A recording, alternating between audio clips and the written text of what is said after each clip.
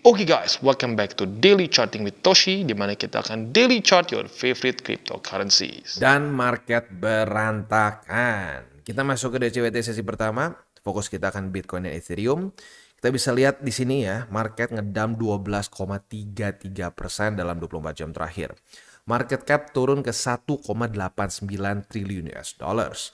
Dan lebih gilanya lagi adalah Bitcoin dominance meningkat signifikan sebesar 0,96%. Ya. Artinya apa? Artinya BTC ngedam, altcoins lebih parah ngedamnya secara in general. Ya, makanya Bitcoin dominance-nya meningkat signifikan 0,96%.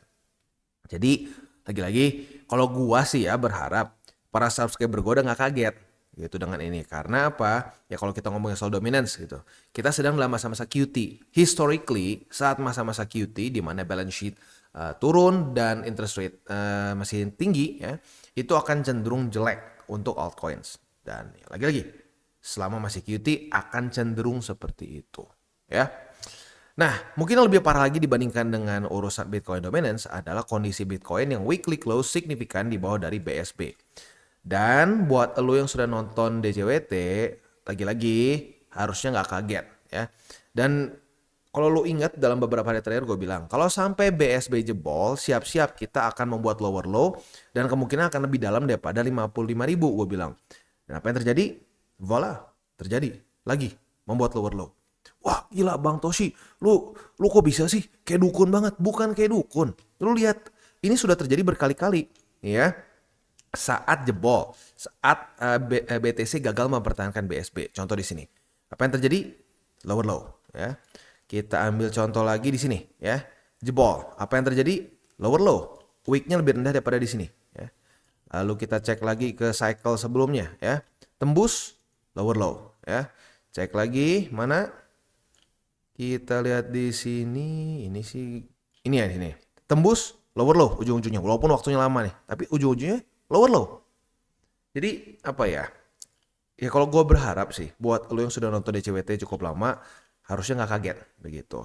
Dan ya memang dalam tanda kutip gitu ya, cerewetan gue gitu ya, bawelan gue yang ngomong terus buat ngingetin tuh ya tujuannya nih, supaya saat lo kejadian tidak panik. Karena kalau udah pakai panik, udah pakai emosi, itu udah kacau di market. Ya terlalu banyak orang yang melakukan kesalahan karena pakai emosi dan panik. Maka dari itu, gue gak akan bosan-bosan bawel ngingetin. Ya. Dan kemarin satu sempat ngomong, ada satu komen yang lumayan rame nih katanya ya, sampai masuk health for review. Dianggapnya tuh nge-spam karena komennya terlalu banyak. Itu ada yang ya intinya sih inilah, ada yang ngomong katanya gue cuma bacot doang ya, nonton video 24 menit bacot doang gak dapat apa-apa. Padahal gue bingung, itu pembahasannya jelas-jelas membahas resiko. Resiko kalau kita jebol BSB, resiko kalau ya banyak hal lah ya secara fundamental dan seterusnya. Ya tapi ya gue ngerti sih, gue ngerti. Itu dikit banget jujur ya kalau mau ngomong, itu kurang dari 5% lah komen yang seperti itu ya. Yang ngerti mungkin karena gak ditonton dengan baik atau apa ya, ya baik lagi lah itu gak ngerti. Tapi ya emang kita itu kan channel data dan fakta. Nah kalau lu berharap lu tuh buka video gue langsung gue bilang lihat nih ya, Bitcoin akan sampai ke titik ini, kita beli semua all in, jual rumah, jual jiwa, jual semua kalau bisa ya, masukin duit langsung lusa kita sama-sama beli Lambo, ayo ya kita ke dealernya. Nggak ada kayak begitu ya. Channel gue tuh ngebahas data dan fakta. Nah data dan fakta itu akan cenderung ada banyak penjelasannya. Nah penjelasan itu bisa dianggap bacot atau info. Nah itu balik ke lu gitu. Tapi kalau gue pribadi ya gue ngelihat aja dari komen-komen. 95% lebih itu menghargai info ini ya, menganggap info ini benar-benar berguna ya. Walaupun dibilang bawel ngingetin terus ya nggak apa-apa. Tapi sadar orang sadar dengan gue bawel ini lu malah jadi aman. Nah itu udah sih at the end itu aja. Dan gini, kalau gue ya gue ngerti sih para subscriber gue itu cenderung lumayan barbar ya. Wah sekalinya ada yang kesannya nyerang TCI itu langsung wah dihabisin gitu ya. Ya ginilah, thank you banget ya untuk pembelaan kalian. Tapi udahlah, apa kita nggak usah terlalu pikirin kalau orang-orang yang masuknya kategori dablek gitu. Kalau dia nggak mau belajar ya udah biarin aja ya.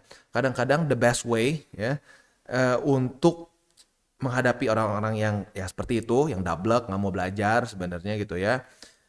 Ya dengan cara di-ignore, nggak dipeduliin. Dengan dia nggak dipeduliin tuh lebih sakit kayaknya mungkin ya, lebih sakit ya.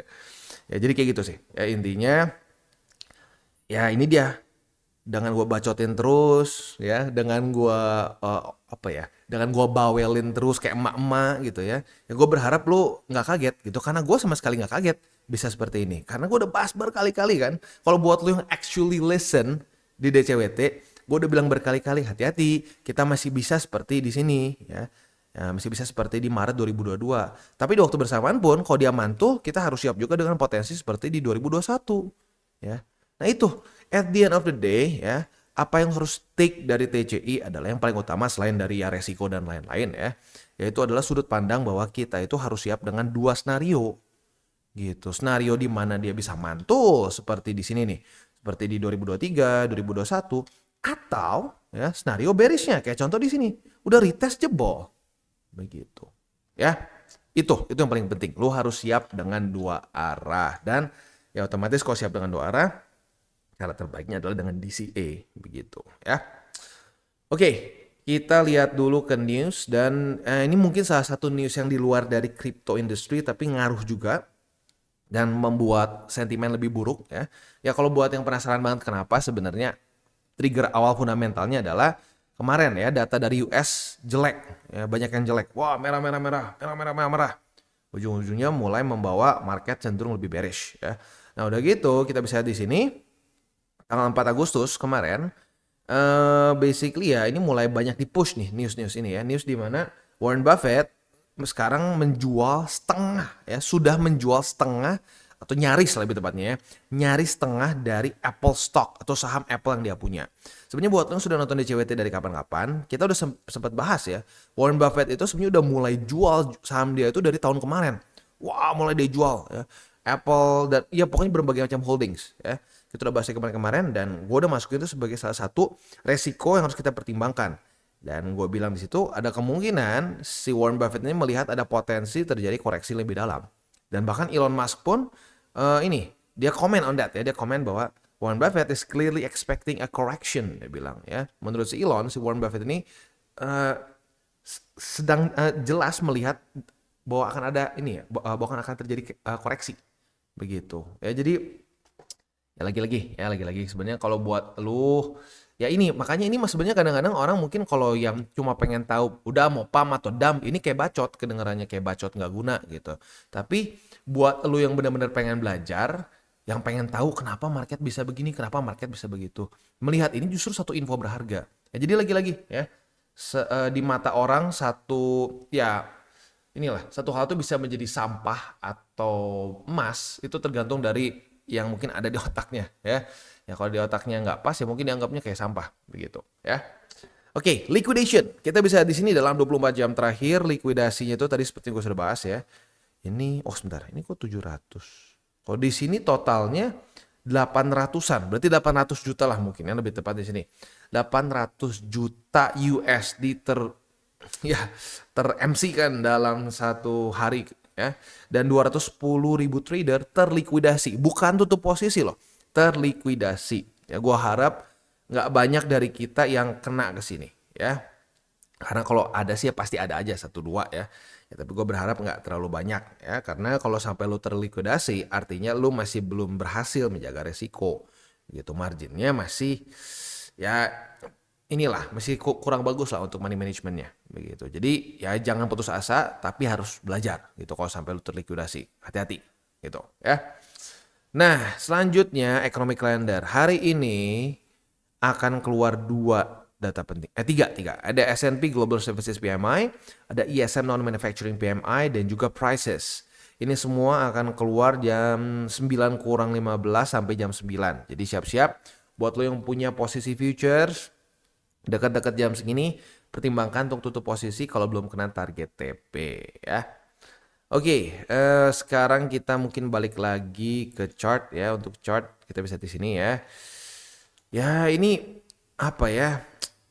Sebenarnya satu skenario yang kita udah sering kali bahas sih ya.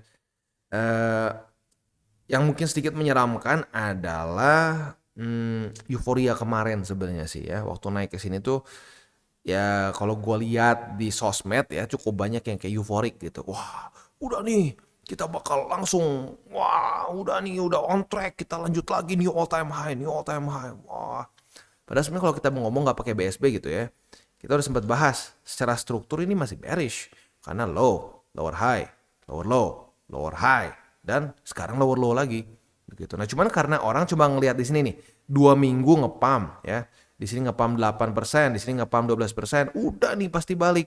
Tapi secara struktur ya lu lihat sendiri, di sini masih potensi lower high. Gue udah bilang deh waktu itu kan, beneran kejadian, nggak mantul begitu. Jadi ya itu sih. At the end of the day, makanya kenapa gue selalu ngebawelin lu buat ngingetin bahwa hati-hati, kita masih ada resiko ini, resiko ini, resiko ini, gitu ya. Oke, selanjutnya kita akan lihat ke ini ya, indeks dolar. Indeks dolar kondisinya kita bisa lihat terjun payung. Dan ya ini seperti yang gue bilang ya, memang korelasinya jadi tidak normal nih. Biasanya kalau indeks dolar terjun payung, Bitcoin ngapain? Harusnya rally biasanya atau ngepump.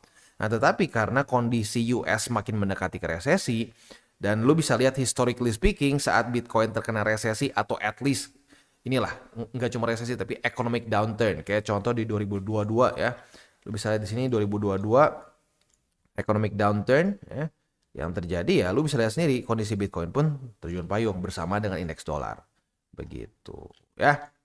Jadi ya kita lihat nih, semoga fundamental di US membaik begitu. Kalau bisa sih jangan sampai resesi, kalau bisa cuma ini aja lah economic downturn ya, dimana ekonominya memburuk gitu. Enggak, tapi jangan sampai resesi kalau bisa sih. Nah kalau kena resesi ya kita harus siap-siap lebih dalam lagi gitu. Bitcoin dominance ya, ya udah sering denger lah dari gue ya, QT, QE, yang si QT jadi ya adjust your expectation begitu ya. Dan yang seremnya apa? Ini Bitcoin dominance-nya itu naik luar biasa tinggi di masa-masa BTC juga ngedam. Berarti artinya altcoins-nya ngedamnya lebih gila. Gitu. Ya, this is the fact gitu. Data dan fakta memang kejam gitu. Mereka nggak peduli kita punya aspirasi apa, kita perlu buat apa, nggak peduli dia. Ya. Makanya gue selalu bilang kita treat market itu kayak mantan paling sadis ya. Supaya apa? Supaya kita nggak punya ekspektasi yang aneh-aneh gitu. Kita bereaksi aja dia ngapain gitu ya. Oke, selanjutnya kita akan masuk ke buy limit ya. Tapi sebelum kita masuk ke buy limit seperti biasa gue akan mungkin ada wejangan tipis-tipis karena katanya cukup banyak yang suka wejangan ya. Cuma ada satu aja kok yang apa? Cuma baru satu yang gue lihat ada komen yang gue nggak suka wejangan, katanya cuma bacot. Cuma satu sih. Jadi ya itu nggak mayoritas ya, nggak bisa. Gue di sini untuk mayoritas. Jadi kita akan ke wejangan tipis-tipis. Nah wejangannya adalah untuk para newbies lagi lah, untuk para newbies lagi sih rata-rata ya. Ngomongin mindset mengenai apa ya, lu apalagi untuk para newbies itu paling suka banding-bandingin porto dia sama temennya begitu, atau temennya atau siapanya yang udah lebih lama gitu. Mungkin yang ngerasa kayak wah gila nih temen gue udah profit gede nih, wah kalau gini caranya gue ketinggalan nih. Pasti itu sering terjadi itu sebenarnya masuk ke dalam kategori FOMO sih ya, masuk ke dalam kategori FOMO. Nah karena lu ngerasa bahwa wah temen lu udah duluan, udah profit duluan nih, wah gue nggak mau kalah. Nah, seringkali lu menggunakan leverage begitu ya, menggunakan leverage berpikir bahwa udah nggak apa-apa, ini basically gua ngejar ketinggalan gua sama teman gua. Nah, jangan berpikir kayak gitu ya. Kalau lu mencoba untuk mengejar ketinggalan lu ya dengan leverage, yang sering terjadi adalah bukannya kita profitable, malah boncos. Ya itu gua sering dengar pembahasan dari si Charlie Munger ya. Jadi menurut si Charlie Munger, leverage itu jangan dipakai menurut dia. Jadi orang tuh kalau udah pakai leverage akan berantakan. Dan dia sempat ngomong, dia tuh dulunya 3-an sebenarnya. Sering bertukar pikiran sama si Warren Buffett, Charlie Munger sama satu lagi nih, satu orang nih. Lu bisa cek deh sendiri ceritanya. Nah, orang ketiga ini menurut si Charlie Munger itu lebih pintar daripada Warren Buffett dan dia. Ya udah pinter. Tapi dia tuh punya satu penyakit, kenapa? Terlalu over leverage. Wah, pengennya gede. Nah, jadi ingat, lu pinter nggak berarti lu akan bisa menjaga resiko. Nah, menjaga risiko itu lebih ke mindset awalnya. Gitu. Jangan sampai over leverage. Begitu, karena banyak orang-orang yang gue lihat juga dan di kehidupan gue juga ada tuh. Gue udah sering ngomong kan, ada satu orang yang gue kenal, teman gue, itu lebih pinter daripada gue. TA-nya, fundamentalnya udah hatam, itu udah amazing lah, gila. Ya. Tapi mindsetnya salah. Dia mencari jackpot after jackpot. Ya, ada sekali boom, wah berapa ratus juta, wah happy, wah party. Tapi nyari jackpot lagi, duit hilang lagi. Nah, kita jangan cari jackpot. Kita build our wealth di sini, ya. Oke, masuk ke buy limit. Sebelum kita masuk ke buy limit, disclaimer dulu bahwa semua konten dari TCI bukanlah financial advice. Ini semua bentuknya adalah edukasi, ya. Lalu bagaimana cara untuk mendukung TCI? Ada banyak caranya. Lu bisa like our video, bisa share our video, atau juga bisa menggunakan link referral kita di bawah. Nah, sekarang kita akan dengar lu pesan-pesan dari sponsor kita pada hari ini. Oke, today's video is brought to you by Bybit. Di mana di Bybit ini kita bisa melakukan berbagai macam hal, ya, mulai dari yang newbie sampai yang sudah advance. Buat mungkin lo merasa bahwa, aduh bang, gue masih nggak ngerti nih TA, gue masih nggak ngerti charting dan seterusnya, tapi pengen akumulasi, pengen DCA murni. Bisa, lo tinggal masuk ke sini one click buy, di mana lo bisa pilih lo mau pakai apa, ya, fiatnya. Lo tinggal pilih juga asetnya apa, ya. Misalkan lo pengen akumulasi BTC. Misalkan setiap hari Senin jam 7 pagi, misalkan gue pengen akumulasi BTC sebesar 100 ribu rupiah misalkan, ya. Lu bisa langsung lakukan di sini. Bisa peer to peer, bisa Dana, Bank BRI, dan lain-lain. Ini gila ya, bisa pakai BCA Mobile dan seterusnya. Jadi Bybit ini memang cocok banget buat orang-orang yang tinggal di Indo, ya. Bisa langsung pakai bank-bank yang memang sudah biasa kita pakai di Indo, ya. Nah, buat yang intermediate sampai advance juga di sini ada spot, nah, dan juga ada leverage tokens, dan tentu juga ada derivatives trading, di mana kita bisa menggunakan kontrak yang USDT maupun USDC. Jadi di sini lo bisa pakai USDC, ya, karena nggak semua exchanger bisa menerima untuk futuresnya pakai USDC, ya. Dan tentu juga lo bisa earning bunga juga dari kripto lo dan lain-lain. Dan tentu juga di sini kita bisa melakukan copy trade, ya, di mana copy trade dari Bybit ini sudah cukup terkenal, ya, dan kita bisa mendapatkan keuntungan juga. First copy trade kita bisa ada protection 100 USDT loss coverage, ya, dan seterusnya, ya. Jadi buat lo yang tertarik bisa silakan pakai. Klik di link referral kita di bawah. Dan kita masuk ke Bitcoin. Untuk Bitcoin kita bisa di sini semua buy limit kena, ya. Ini berat, kena semua lah, ya. Next untuk DCA selanjutnya itu di 52.297, 50.750, dan 47.000 pas deh kita bulatkan, ya. Nah, karena weekly close sudah di bawah dari BSB, artinya DCA kita kembali ke 25%. Ya, jadi kalau misalkan lu punya modal 1 juta, bagi 10, biasanya nembak sekali 100.000. Nah, kali ini cuma nembak 25.000 karena hanya 25% dari peluru. Begitu gambarannya, ya. Itu untuk posisi spot. Nah, untuk posisi futures kita bisa lihat di sini nggak ada setup, ya, karena sekali kena jebol. Jadi ya udah, untuk posisi futures kita tunggu dulu aja, ya, kita skip dulu aja. Next kita masuk ke Ethereum. Wow, Ethereum hari ini gila banget, ya, yang ngedamnya ekstrim. Nah, untuk posisi spotnya artinya kita bisa di sini jebol ekstrim, ya, semuanya jebol. Ini balik ke awal 2024 harganya bahkan, ya. Jadi untuk sekarang posisi spotnya boleh di 2177 dan di 2123 deh. Itu aja deh yang paling dekat, ya. Nah, itu untuk posisi spot. Sekali lagi gue ingatkan, ya, untuk sekarang gue pribadi turunin lagi ke 25% untuk DCA-nya, ya. Nah, untuk posisi futures juga dalam kondisi yang mirip-mirip, ya, sehari jebol, jadi belum ada setup. Jadi untuk sekarang Bitcoin dan Ethereum kita skip dulu untuk secara posisi futuresnya, ya. Oke, jadi kurang lebih seperti itu. Next, kita akan masuk ke DCWT sesi kedua. Gue harus ingatkan lagi, ya, untuk DCWT sesi kedua itu lebih ke pembahasan komen sekarang. Karena orang-orang lebih suka pertanyaannya dijawab. Dan jujurnya gue ngerasa pertanyaan-pertanyaan para subscriber ini semakin berkualitas, ya. Gue suka banget dan gue lihat cukup banyak yang udah mulai mengerti cara berpikir gue mengenai investing. That's really good, ya. Nah, maka dari itu DCWT sesi kedua akan lebih fokus ke pembahasan komen dan ada charting alts begitu. Kalau lu lebih pengen pembahasan fundamental yang lebih banyak TA-nya, ya di DCWT sesi 1 begitu. Nah, jangan sampai lu salah alamat terus marah-marah sendiri. Nah, itu yang paling menyebalkan kalau kayak gitu, ya.